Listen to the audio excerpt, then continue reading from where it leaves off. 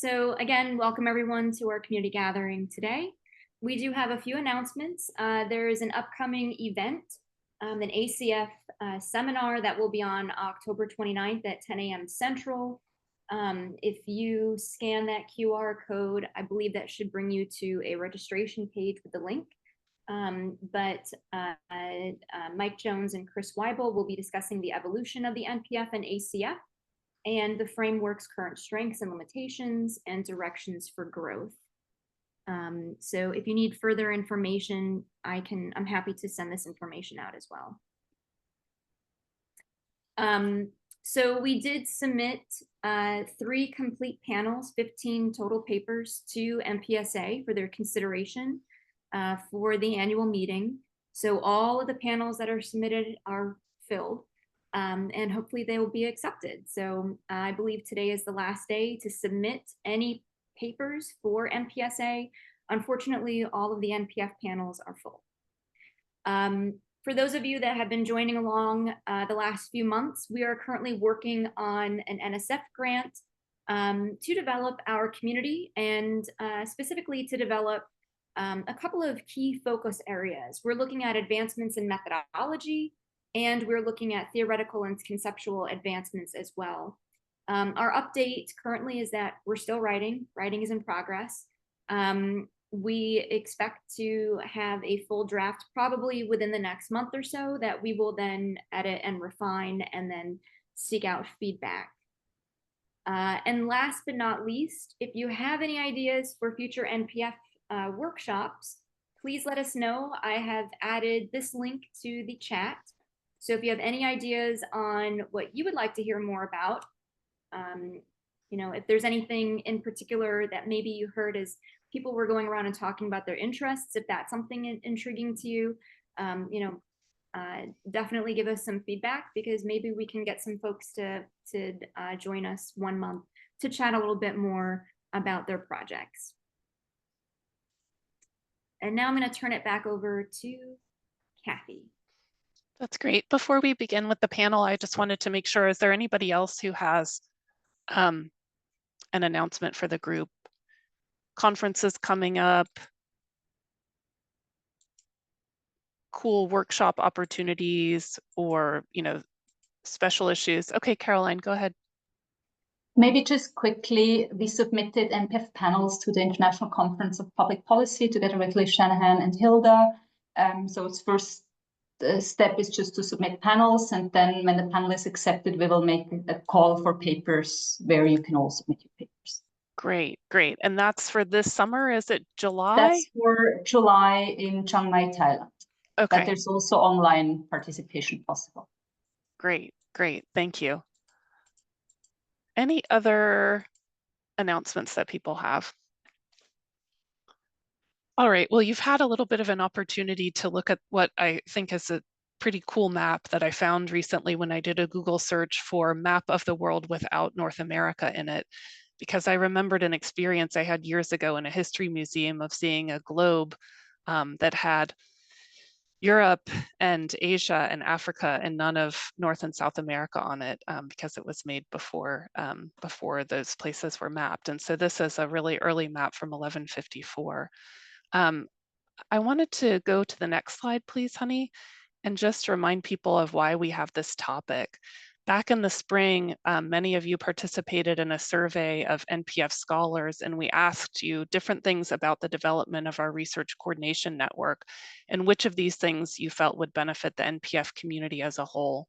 So I've circled the areas that we've talked about as this kind of focus area of bridging, which has several different components. And this is where NPF folks have recognized that we really want to connect outside of academia and build bridges there. We want to connect across disciplines and learn from other disciplines and help to inform them as well. And we also want to build our global connections. We want to be more connected and understand what's going on in all parts of the globe with people that are working on narratives and policy. If you go to the next slide, I just wanted to share with you a couple of the comments that were submitted through that survey as well. So the first two is really saying, we want more funding and we want more applications outside of the US. So these were questions about priorities for the narrative policy framework. these are pretty representative. It was, if we had, I don't know, maybe 50 or so people that submitted written comments, and there's a good 10 or 12 of them that related to global and international connections. The third one, stating here, the NPF was initially used to analyze policies from the United States or Canada. Although the number of papers applying the framework to analyze policies from other countries keep growing, I hope that the RCN, or the Research Coordination Network, will encourage researchers from other countries to apply the NPF tools to analyze their domestic policies. So we're going to have a good opportunity to learn from some of that work today. The next one is really calling for us to work, if you can go back to the previous slide, then the second to last comment here in blue, that there was a call that we should get more serious about conducting comparative research across countries, researching the same issue, the same data collection instruments in several countries, that can help further the NPF as a theory, and it can also help to integrate our community. So this was one particular comment about what the function or what some of the outcomes and impacts of building these global bridges may be. And then the last one is really about this concept of connection as a whole. The priority is to connect with people around the world using NPF, researchers, industrialists, government, and bureaucrats. It's essential to build a community using narratives in their work to establish a policy or framework. So if you go to the next slide, we are shining a light today on people who are using the NPF beyond North America in many creative and interesting ways. We do have to just share that Catalina has had a last minute conflict that relates to a family matter, so she won't be here today, but interesting work that she's done, and I'll dig up her master's thesis specifically on Brazil and Argentina and populist narratives from the left and right. So a wonderful example coming out of South America. But with us today for our panel, we have Juhi Huda, who you've met before, Caroline Schlauffer, and Claudio Raedelli. So representing work done primarily in Asia and in Europe. I'm going to ask each of them just quick questions to start out, but we can take the slides down. Because this is really a conversation that will involve all of us. And as I've shared with everyone before, these are not panelists who've prepared 20 minutes of, of tight commentary. These are really our fellow researchers and scholars who we've asked to just share a little bit more about their work so that we can all have an engaging conversation. And I'm going to start with you, Juhi. How is your internet going? Are we okay? Can you hear me? Yeah, definitely. Okay. Definitely. All right. So Juhi has worked on a variety of environmental policy issues, really interesting work: wildfires, agricultural biotechnology, climate change, which I know a lot of you have worked on this as well. She's also published several articles that contend directly with questions about applying the NPF outside of North America, specifically looking at the policy process in India and also narratives in Hindi, which was really interesting work. So Juhi, will you just tell us a little bit more about your work and some of the lessons that you would share about applying the NPF outside of North America? Sure. Thanks, Kathy, for that. So to begin with, like, one of the first projects that I think I worked on that applied the NPF outside of North America was actually my dissertation project with Desiree as my supervisor at that time. This was around 2016. And this was mainly looking at policy narratives in agricultural biotechnology policy in India. And I primarily looked at media narratives and also conducted interviews. It was interesting because this was, as I said, around 2016. So there wasn't as much kind of research, applying NPF outside of North America at that time. And so it was kind of new ground at that point. And I'm so glad that, there's much more research going on right now outside of North America. But in regards to your question, Kathy, about key lessons, I'm not sure, but there are a few aspects that I, found and still continue to kind of, I think, find interesting. And I'll mention a couple here. One is, are these policy narratives everywhere, in different contexts, in different geographical, cultural contexts? And so beginning with, the definition of a policy narrative, which has kind of evolved over time, what I found in my kind of this particular project that for my dissertation was what I called incomplete narratives, because I wasn't finding a lot of policy narratives out there in terms of, advocating for a policy preference as such. And so one of the things I wonder is, how do we define, these policy narratives, and what about the other narrative components when we, restrict the definition of a policy narrative to, just having a character or and a policy referent? What about policy narratives which have, higher narrativity indexes versus a lower narrativity index?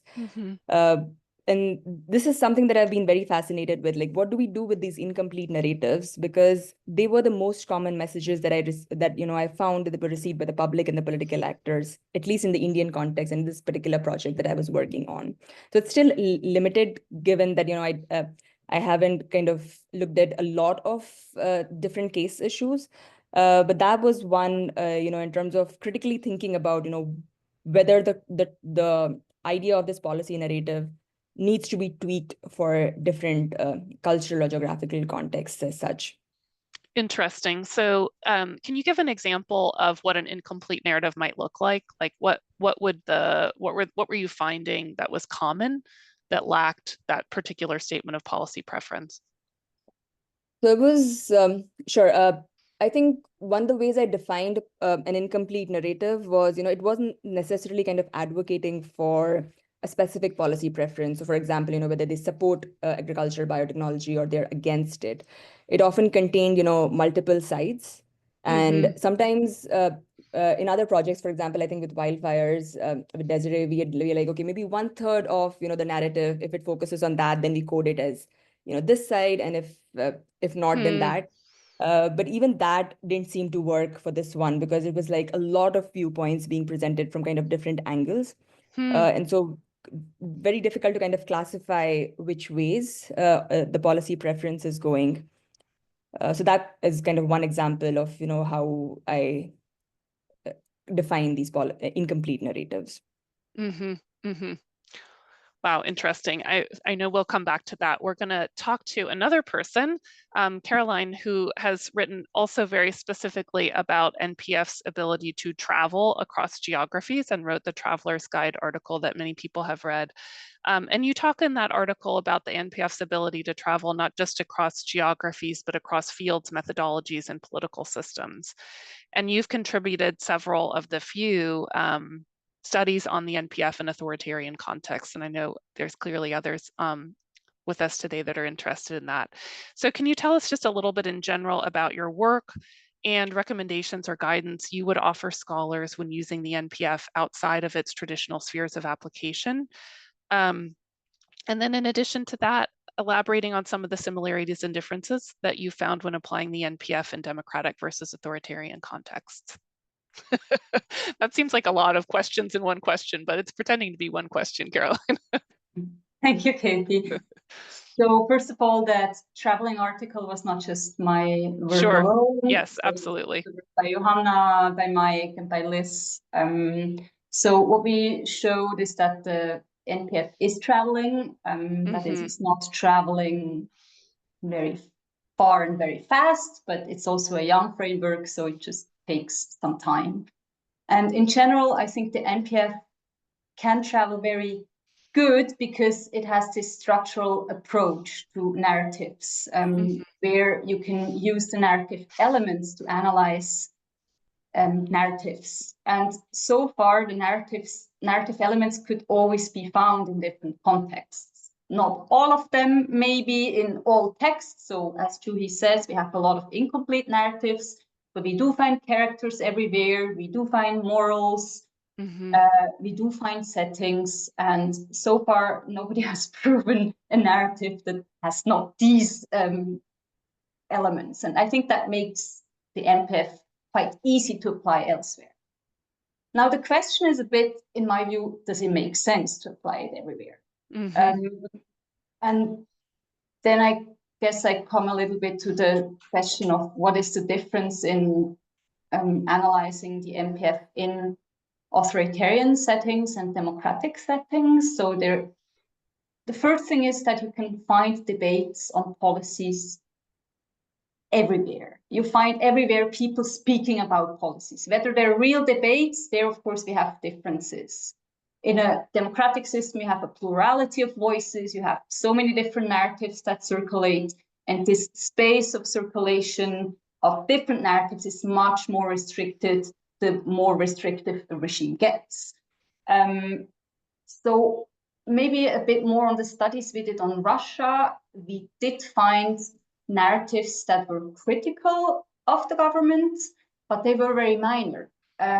Afterwards, when you look at the whole population, there's not that many people that actually read these critical narratives. There are much more people and policymakers and elites that read only the governmental narrative. So there the question is, so what is really the impact of these critical narratives? And this is really difficult to measure.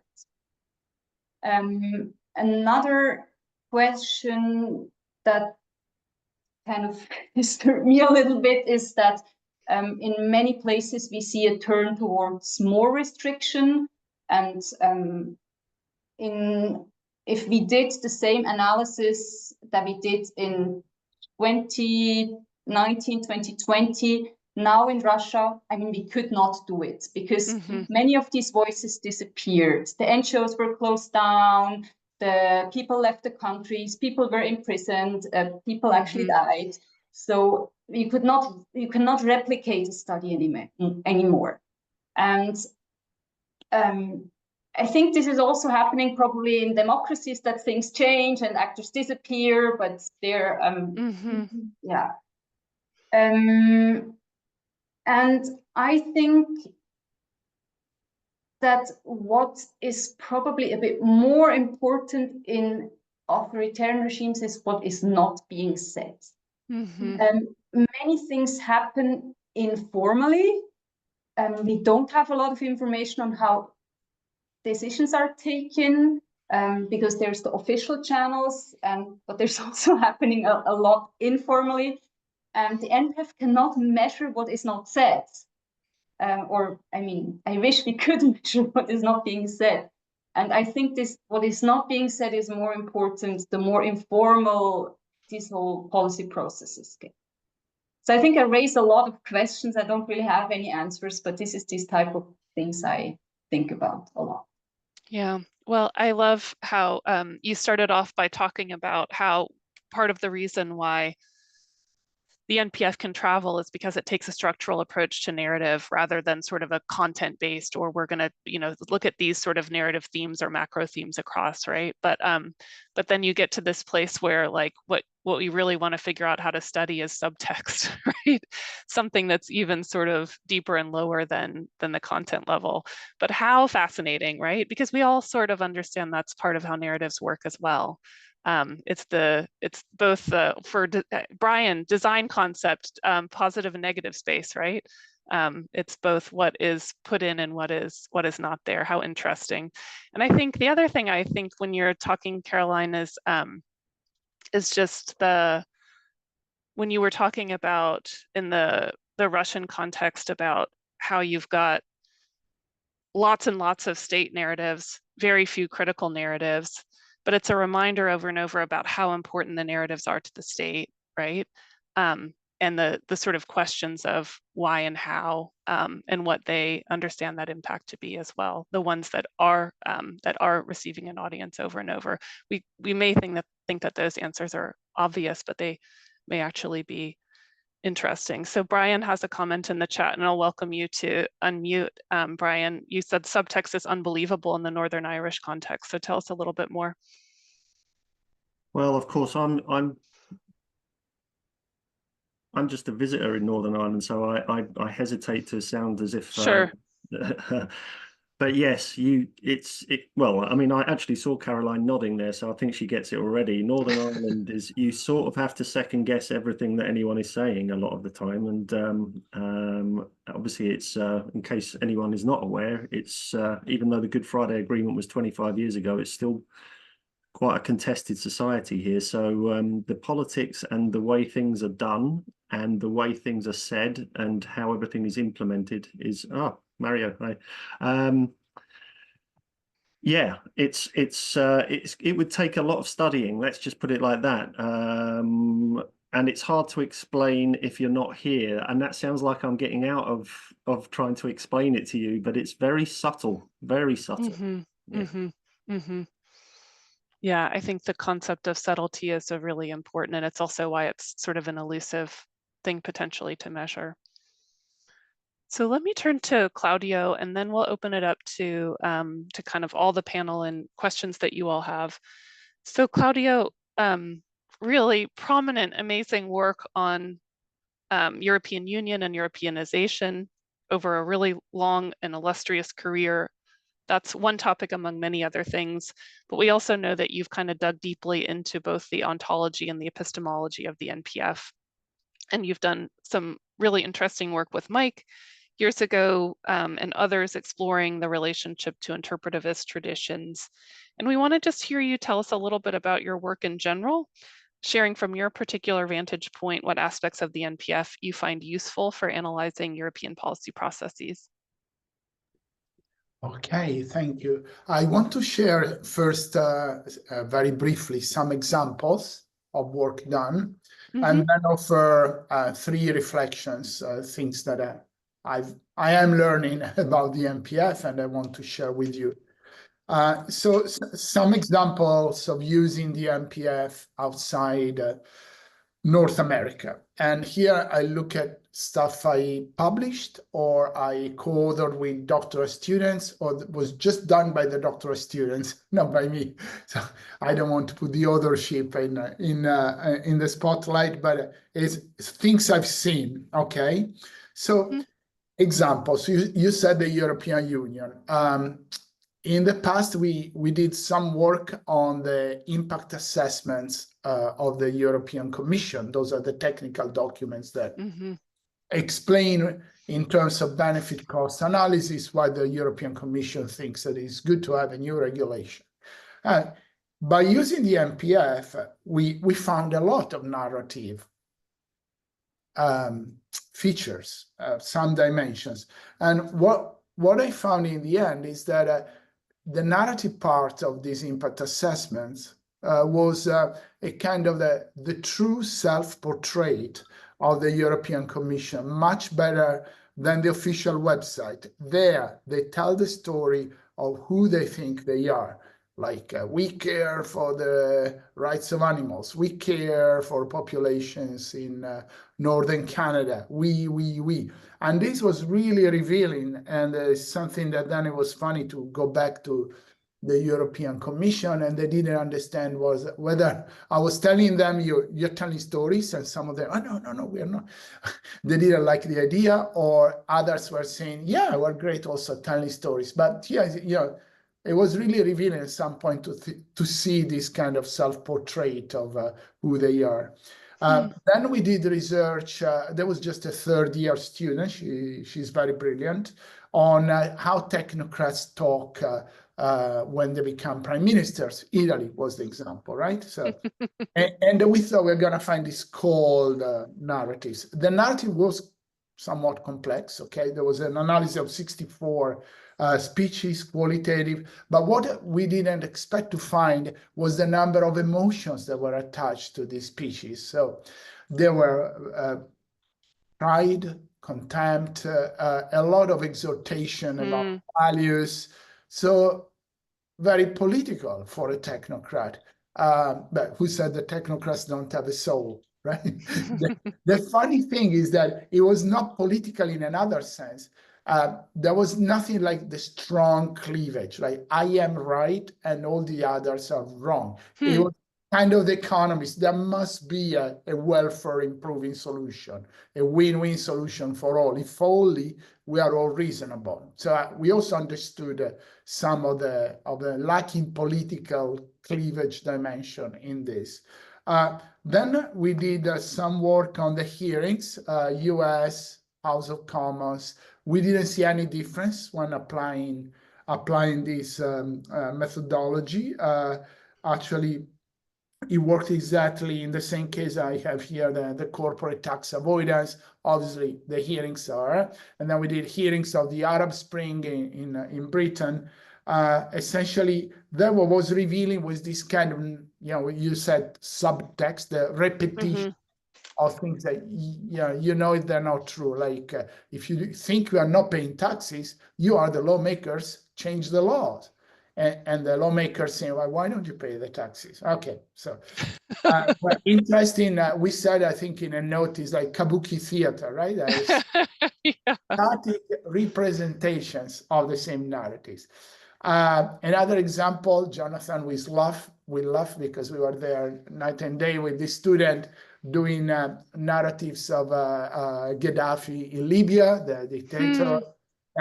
As was said before, incomplete narratives. In this case, incomplete in the sense that you have A, B, C, D in the plot, but there is no link between C and D. So, you know, D does not follow from what you said before, but just enunciated, said.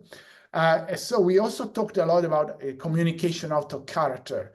Since you know the outcome, you know Gaddafi, and you see him as champion of human rights in this.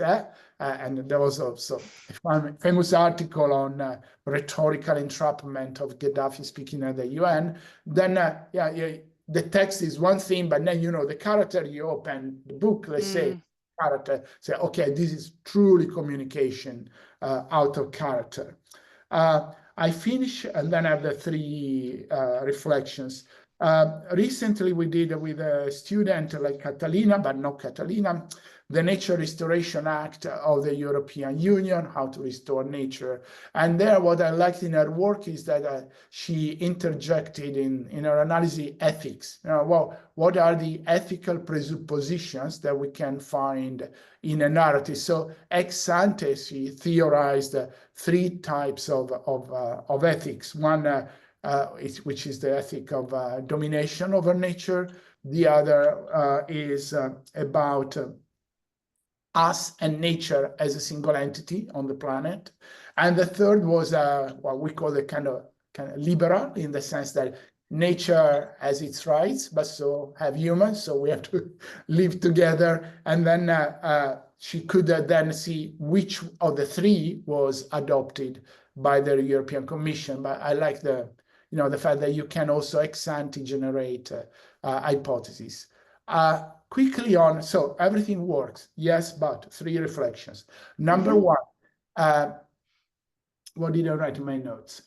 The NPF travels well because it's simple like light packing. So if you pack light, you can go anywhere for a while, okay?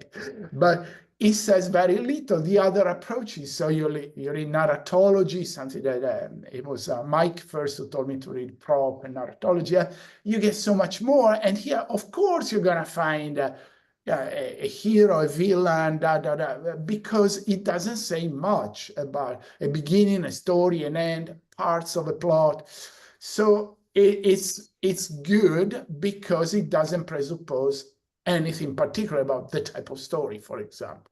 At the same time, second reflection, the NPF, I think, has implicit assumptions that there is a kind of open agenda setting is pluralistic, there is adversarial policymaking. So the more you use this light backpack and you go into interesting things, the more you find that when you are outside the US, there is subtext, meta-narratives. There is no adversarial policymaking, may not work in a country like Austria until recently, or some regions, etc. And the third reflection is about the cultural background that we embed in when we say it's a story.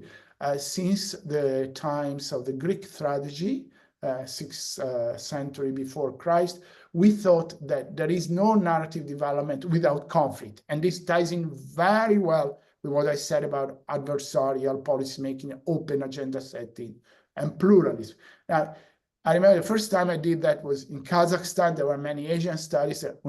We know many stories that do not have conflict. So if someone is willing to work on that, certainly there are stories in South Korea, in Japan, in China, they follow the template of Kishon Tenketsu, which is a four-part development of a story where there is no conflict, but a different light is shed on the events, and then So there's no climax, no dramatic event, no one, and then you see the things coming together. So what I don't know at this stage is whether these stories are also used in politics, but certainly when you use the NPF, we presuppose that everyone comes from the Greek tragedy. Jonathan told me that many times, so now I can also on his behalf, that not necessarily true. And I remember this class in Astana in Kazakhstan said, yeah, but that's a Western film, kind of, right? That's not how we tell stories. Then we can, talk about other stories, West African stories, myths and stories. So the panorama. But what strikes me is this conflict dimension, that if you come from Confucian public administration, doesn't know conflict, knows reconciliation, unity, etc. So obviously, as a Westerner, I have to stop here and say, yeah, up to others to carry on this. But I think the NPF is catchy because it's simple, yet it has some presuppositions, and we have to be transparent about them. Fantastic. Thank you, Claudio. So I'll just summarize briefly some of the provocative thoughts that have been thrown into the middle of the pile for us to pick up as we wish. So we heard from Juhi that part of what we learn from doing narrative work in India is that we may not have a definition of policy narrative that translates well to what the discourse looks like, that she continued to find. What we hear from Caroline is many things, but among them, this idea of how would we capture subtext, which seems particularly important in authoritarian contexts. And also, how do we ask ourselves not the question of whether we can use the NPF in authoritarian and democratic contexts, but when it truly matters to understand that. And then I love Claudio challenging us to say that our understanding of story, while seemingly so open, has some assumptions built behind it, particularly one about the assumption of conflict within stories and conflict within policy narratives, which gets us all into questions of interests and coalitions and so on along the way that tie along with that. The other thing you said, Claudio, I loved how you said it packs light, it gets you there for a certain amount of time, right? And then it also, I would say you had a lot of head nods. It's simple, it's packing light, it does get you there. And then I think we find that there is a certain amount of utility. And then perhaps some would also say that the packing light leaves us unsatisfied with some of the things that the NPF is currently equipped to do right now. All right. So in the spirit of not everything that comes out of our mouth needs to be perfectly thought out and wonderful, I want to open up the conversation. I saw Mike's hand and Andrea's hand go up, so we welcome your conversation and your contribution to the discussion. I just want to make I'll try to make this quick, but I think it's really, really relevant to this conversation. So a lot of folks take what we've written in Theories of the Policy Process or how to conduct an NPF study. We lay out these components and these elements and these pieces, and it sort of almost gets canonized, right? Like these things are carved in stone tablets. And we have stated over and over again, it says right there in the text, that these concepts are sort of our best guess, and that we encourage researchers to adapt concepts from narratology or elsewhere to fit the context.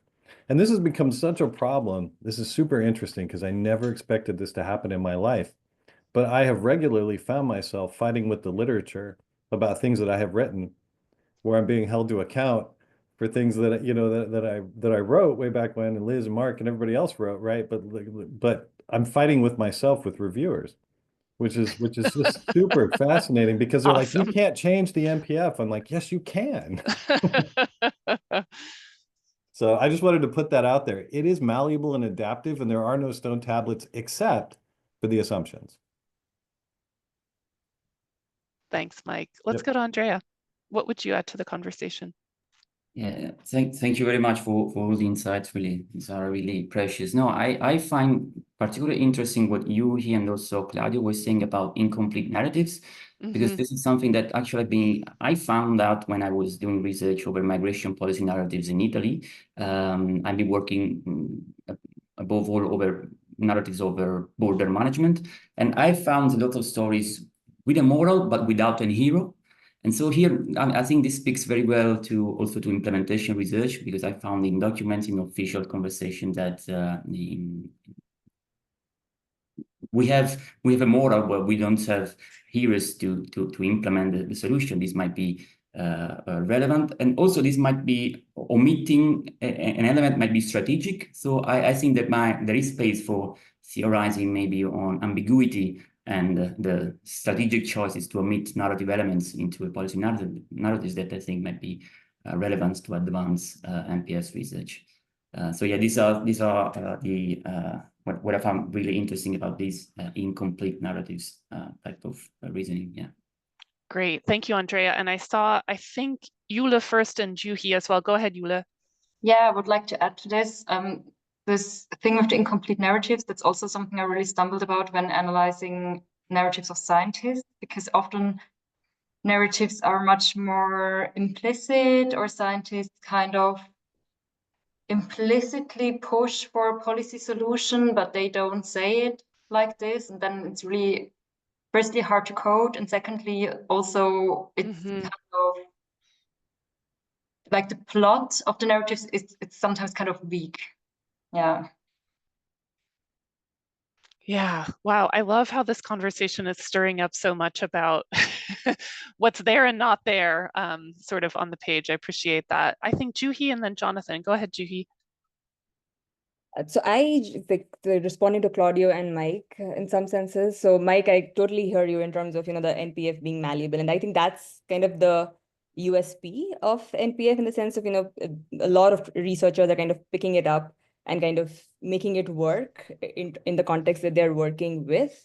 But the packing light that Claudio mentioned, that I think, especially with what I found in comparison with Hindi narratives, being, finding a different language, I think that was especially important for the NPF to kind of be transportable. So figuring out some components out there, and since we have kind of the list of different narrative components and strategies that y'all have set out, it helps to work with that, but having that flexibility to kind of modify that. And I think that's something that needs to kind of also be put out there, because I find a lot of, I also have come across like a lot of pushback in terms of, this is not, how you would define, something in NPF, or, this is not how an NPF study might be conducted, or something like that.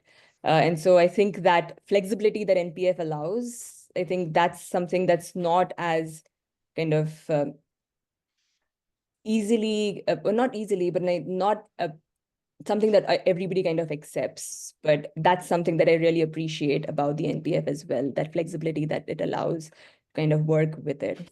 So. Great. I love that. Another theme emerging is reviewers, stop pretending like all of this is set in stone, and be people who can cite other literature, but also understand the malleability. Appreciate that. Also fun to think about Mike in particular arguing with himself. We'll go to you, Jonathan. What's your comment that you would add?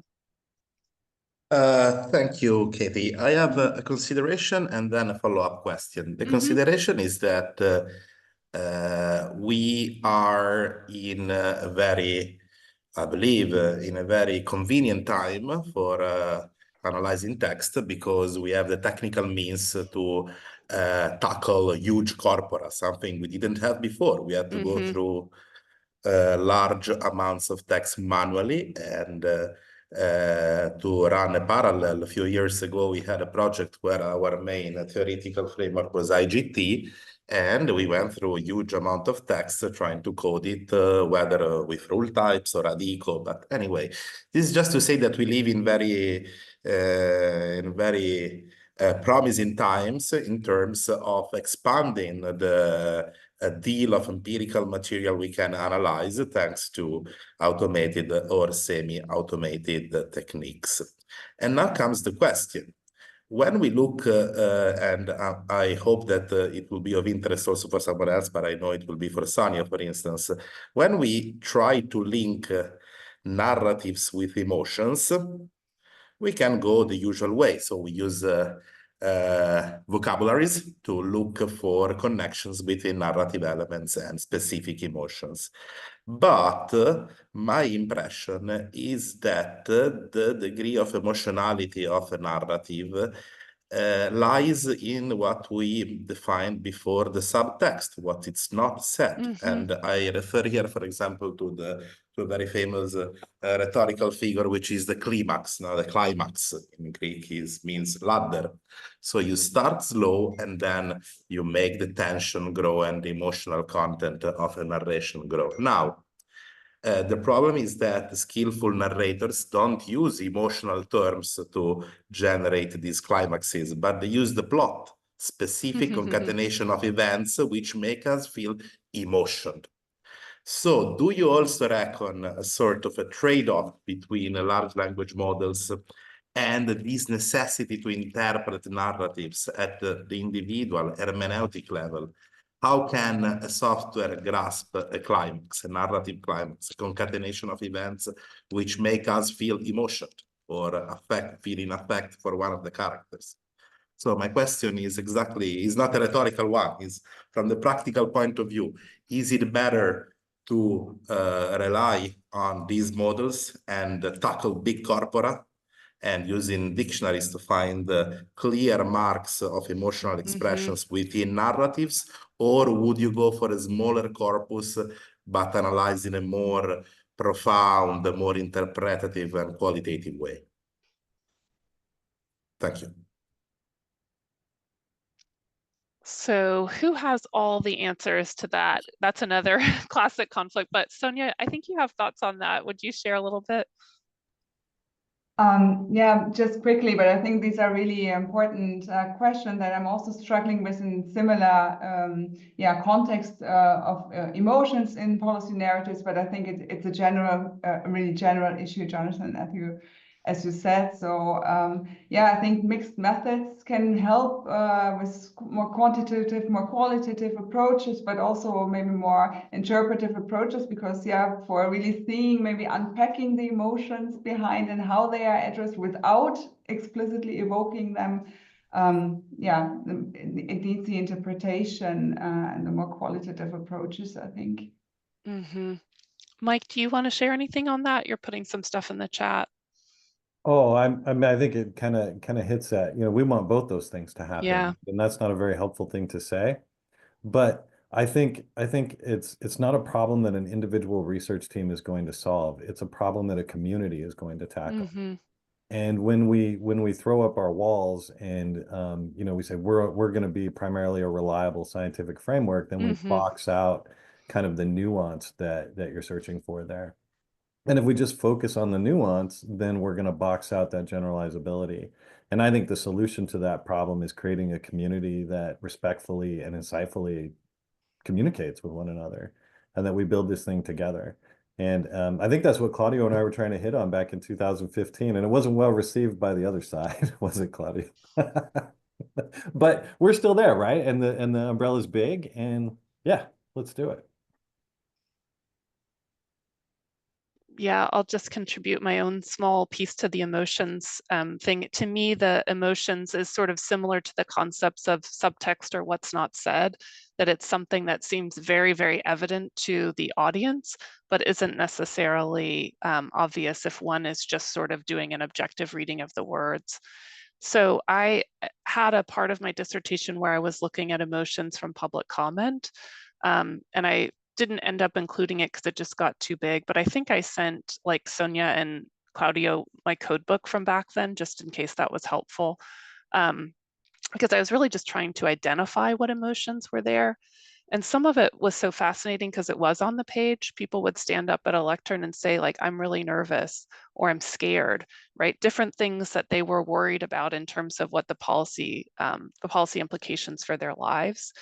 There was also a lot of anger. And it was interesting to me, the people who study narrators, this concept of the angry narrator or the provocative narrator or the person who's subverting the rituals that we're associated with, to me was another sort of expression of emotion.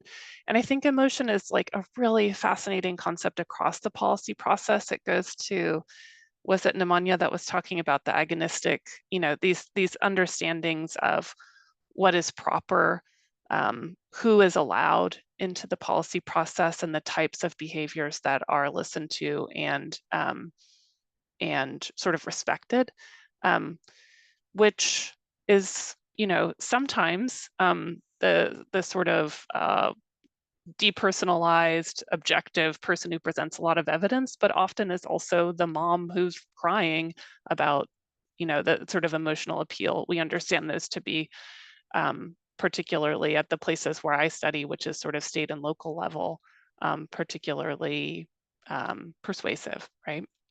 So I appreciate so much these questions about emotions and subtext, and it's one of the things I wonder about, being consistent across cultures, or where we would find pretty extensive differences. So you all remember that quote on there, which was like, let's study the same issues with the same instruments across countries, and maybe emotions is one of the places where we could get to some interesting insights out of that.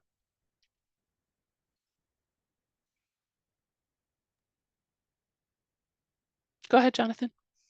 I am gonna add a little thing. I think that just out of what you said, Katie, I tend to think that narrative structures could be more universal than emotional expressions across cultures. And I'll tell you why. Because, of course, I have anecdotal, personal, individual experiences and never run large cultural studies. But think, for example, how kids in different cultures are allowed or forbidden to express their emotions. Sure. Emotion regulation is highly variable across cultures.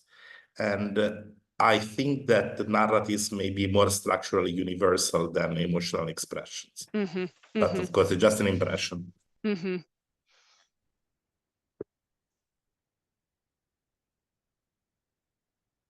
All right, so so I see a lot in the chat, and we will move on to the next part of our agenda in just a second.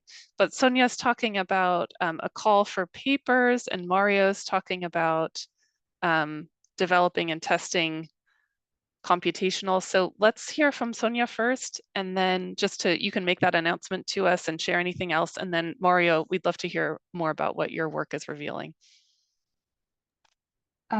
Yeah, I just put the link in the chat to this workshop. It's at the ECPR joint sessions in Prague next May. And it's going to be a workshop focused on studying emotions in policy and politics, with a special focus on methodology. So I think policy narratives are one part that we are, of course, interested in, and hoping to tackle some of the methodology questions that we also raised now. Great. And Mario, tell us a little bit. This is in a different direction. Oh, I was just triggered a bit by Jonathan's question about these big corpora and LLM and whatever things. And I was just actually, so this is a bit more vibes than what my insights revealed, but we're just writing up like this. This is now 3 years of research, and we've developed pipelines for corpora that are millions of paragraphs, build custom LLM applications to trigger stuff and stuff. And in the end, now I'm writing the conclusions. I'm saying, like, what are the limitations? And actually, Jonathan, I mean, what is more and more is I've spent so much time building this stuff, and for most of the stuff that I'm answering, like really good hand-coded stuff or whatever will just get you there quite as well. So I think I think there is a use case, but it's actually the more I do with it, the more evaluate it, the more I test it, actually smaller.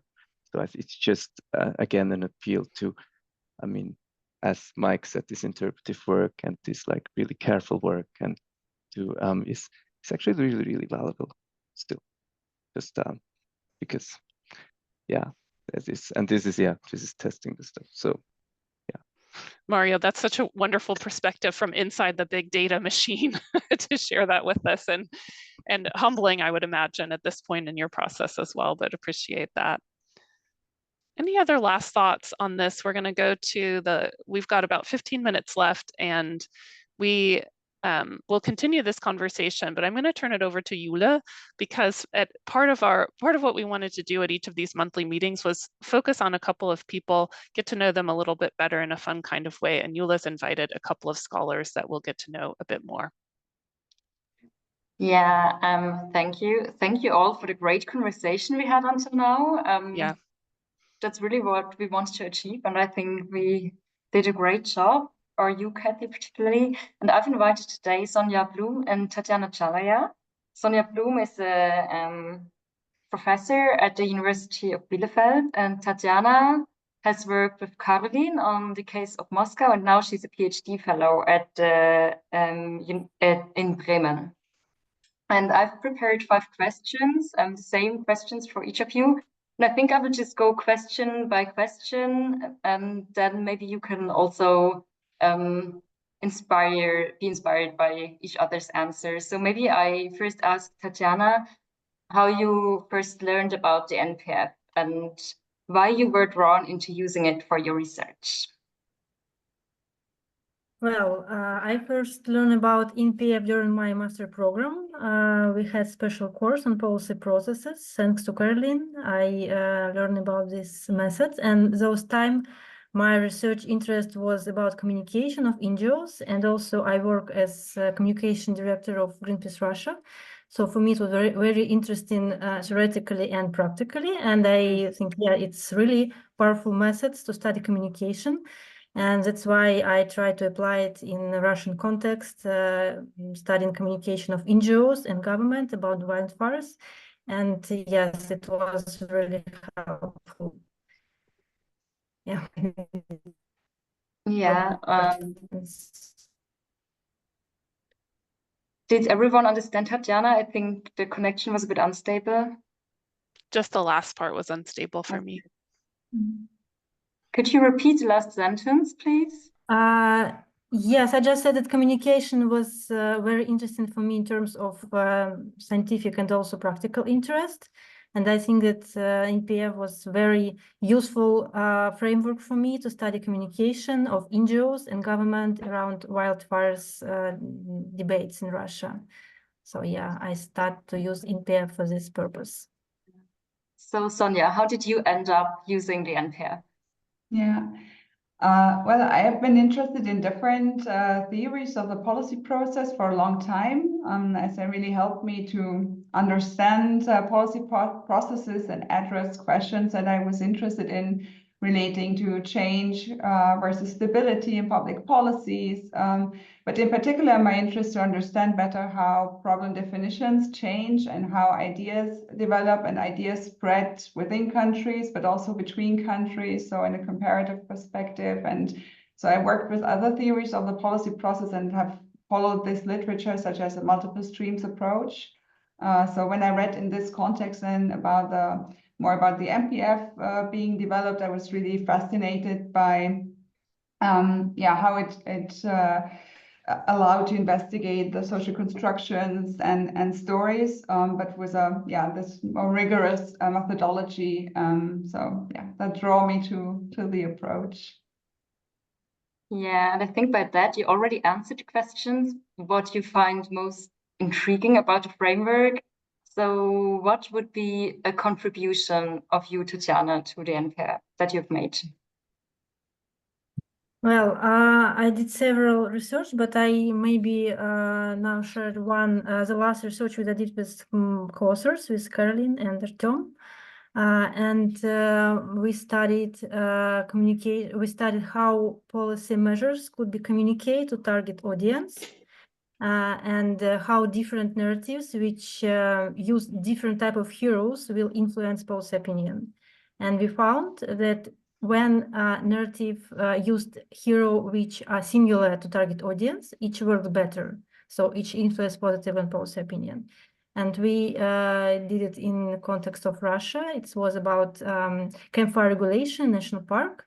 And I think it's a very interesting example how different narrative elements can influence and how narratives can be used for communication of policy measures to be more successful.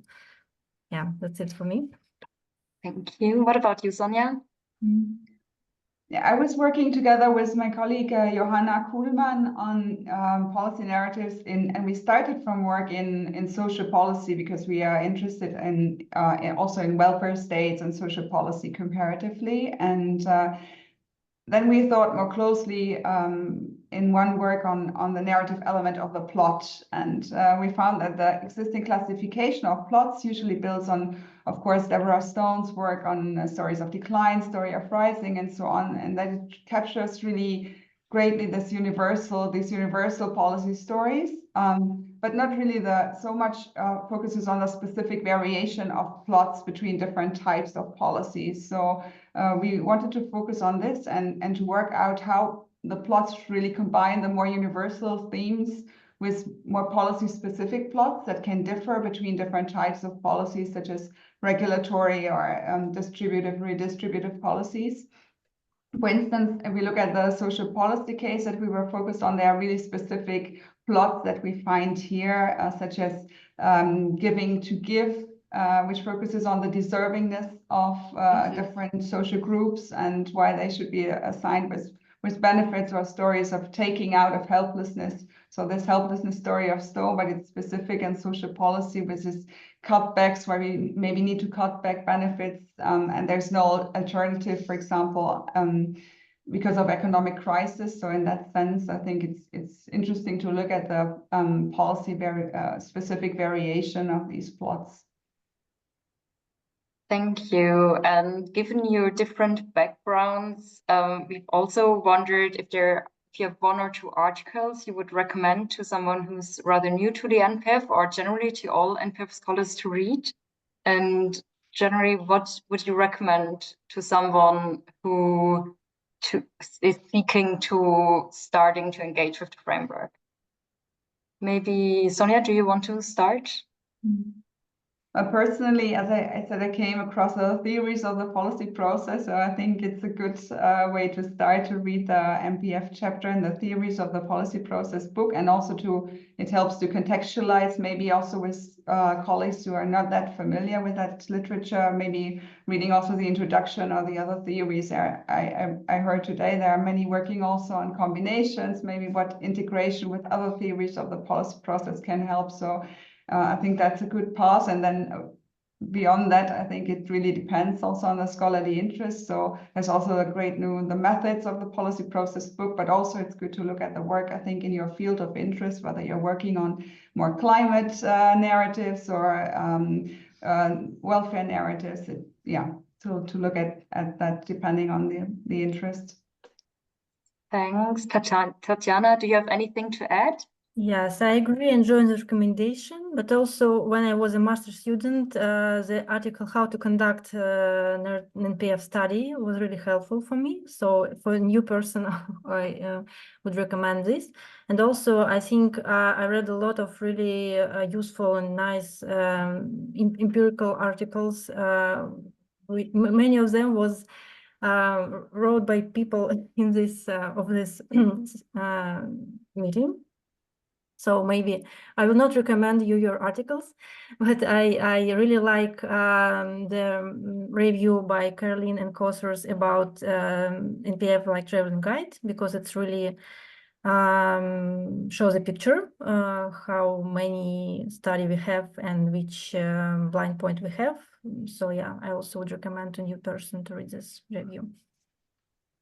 Thank you, too. Now we come to the final question, which is a bit of shift of topic, because we want to ask you to tell us something that has absolutely nothing to do with the NPF and academia.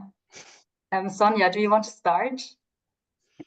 Yeah, I don't know. We have really nice autumn weather outside. So I just thought of, if I don't work, do nothing with academia, I like to go outside and hiking maybe with the family, especially now in autumn. Yeah, Tatjana, what do you do when you don't do research? Well, originally I'm a biologist. Yeah, that's why I really like different plants and animals. And my 7-year-old son also were like animals. So we have a lot of snails and plants and flowers in our house everywhere. It was in Russia, it's now in Bremen the same. So in our free time, we try to plant something or grow something or to go for a walk and looking for snails, something like this. So but I'm interested beyond the academia. That's really cool. Thank you both for answering the questions, to giving a bit of a personality and character to the researchers in the NPF. Maybe I do the closing words, right?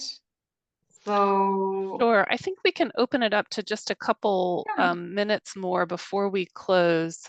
yeah, I also just want to thank people. I have it's such a warm and fuzzy feeling of feeling more closely connected to the people that were here today, and that puts me in a happy place. So I appreciate that. And this is just through friendly people exchanging good ideas about things. So I appreciate that very much. We have just a couple minutes left. We went longer on the panel discussion because people had such good discussion there. But if anybody has a puzzle they're working through, or something that they want to bring up, or any final announcements, or if you just want to share what you like to do outside of the NPF and academia, especially in this beautiful fall weather, feel free to do that, and then we'll go to our close. Caroline, go ahead. I just want to say something. We don't have a lot of time anymore, Julia and myself, because we go soon to have a drink, because we have to party that Julia's first paper got accepted. Woo! It's an NPF paper. Congratulations, Julia. We're excited to see it. It will soon appear online in European Policy Analysis. Woo! thank you, Caroline. That's a fantastic announcement, Caroline. Yay.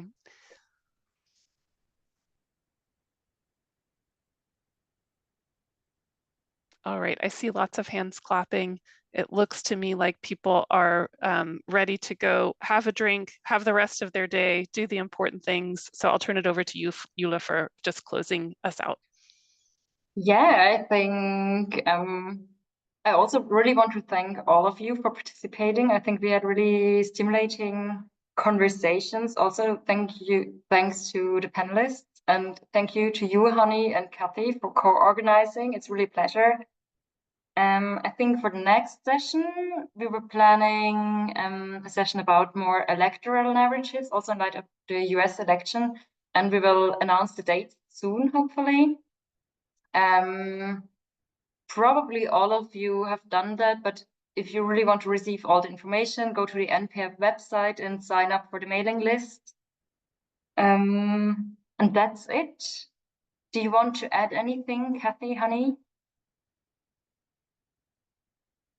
Yeah, just again, thanks to the panelists. Thanks for people for being here. And we'll have the date for the November one soon to you, and appreciate it. Take care, everyone. Thanks, everyone. Have a great afternoon. Thanks so much. Bye.